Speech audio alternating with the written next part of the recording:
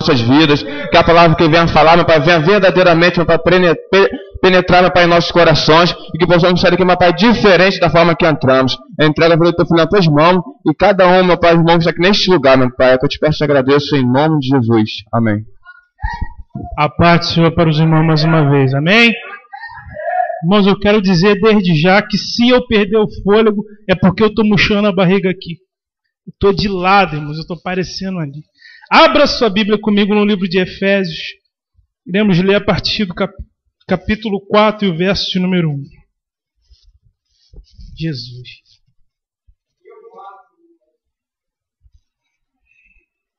Vamos ler um texto extenso, apesar de eu não gostar de ler, irmãos, mas quando eu comecei a ler, eu só ia ler 2 versículos, mas o texto ele é tão bonito, tão intenso, que eu quero que os irmãos compartilhem e, se for possível, medite em casa. Carta de Paulo aos Efésios, capítulo de número 4, iremos ler a partir do verso de número 1.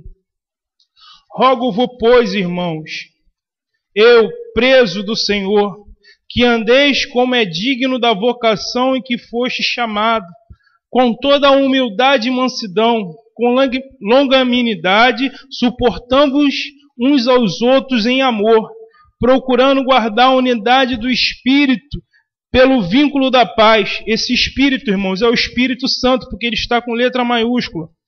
Há um só corpo e um só Espírito, Espírito Santo, como também foste chamado, uma só esperança da vossa vocação, um só Senhor Jesus, uma só fé, um só batismo, um só Deus e Pai de todos, a qual é sobre todos e por todos e em todos. Mas a graça foi dada a cada um de nós, segundo a medida do dom de Cristo, pelo que diz, subindo ao alto, levou o cativo ao cativeiro e deu os dons aos homens.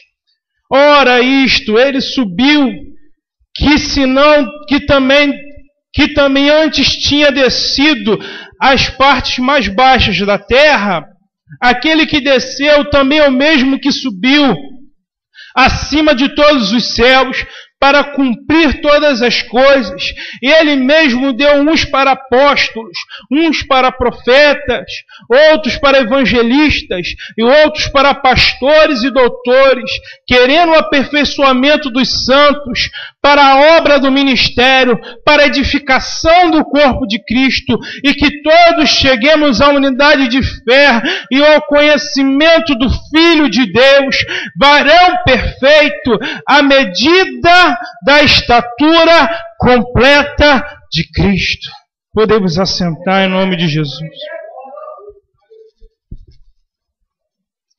Antes, irmão, nessa noite de eu começar a pregar a palavra de Deus, eu prometo aos irmãos que eu serei bem breve.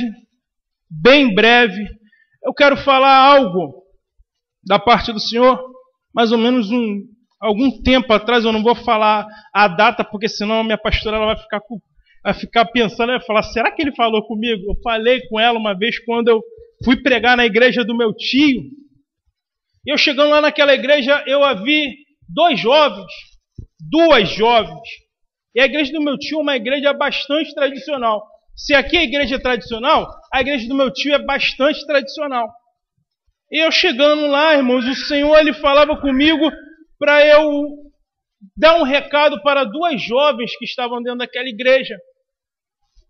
E eu chegando lá, na hora eu não falei, mas depois, quando terminou o culto, eu cheguei, chamei as duas e falei aquilo que o Senhor tinha colocado em meu coração.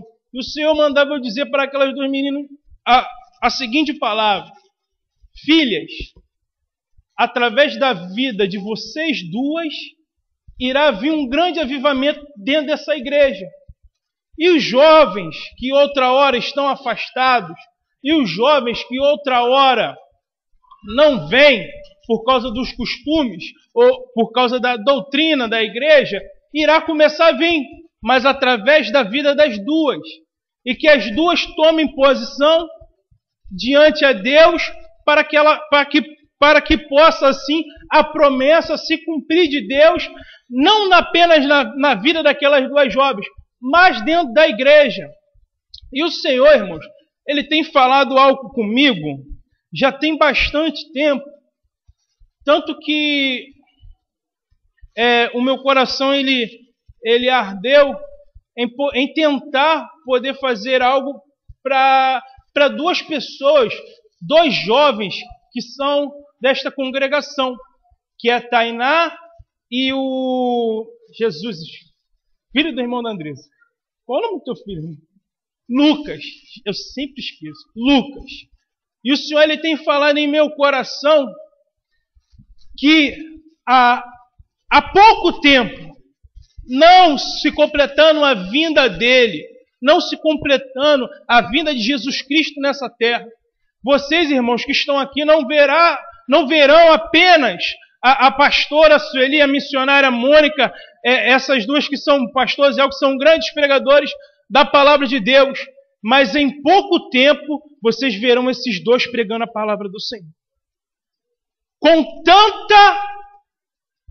tanta veemência, com tanta autoridade, como você vê essas pessoas com quem eu acabei de falar agora. Mas para a profecia se cumprir, é necessário, é preciso que vocês dois abram o coração de vocês e se dediquem à vocação a qual o Senhor tem chamado vocês. Amém? Amém, igreja? Vamos para a palavra em nome de Jesus. Eis aqui, irmãos, um dos textos mais bonitos da palavra do Senhor, a qual o apóstolo Paulo, irmãos, ele nos dá uma aula de escatologia cristã. Para quem não conhece escatologia cristã, é a doutrina das coisas que irão de vir depois da vinda de Cristo. Paulo, irmãos, ele nos dá uma aula de que aconteceu e de que irá acontecer na vinda de Cristo. E eu quero nessa noite falar sobre esse texto, mas só que para poder entrar nesse texto, antes eu quero falar ao texto a qual foi lido na leitura devocional, que a Bíblia nos fala de um certo homem, cujo a história deles todos nós conhecemos. Mas deixa eu dizer para que nós possamos entrar naquilo que o Senhor tem para nós nessa noite.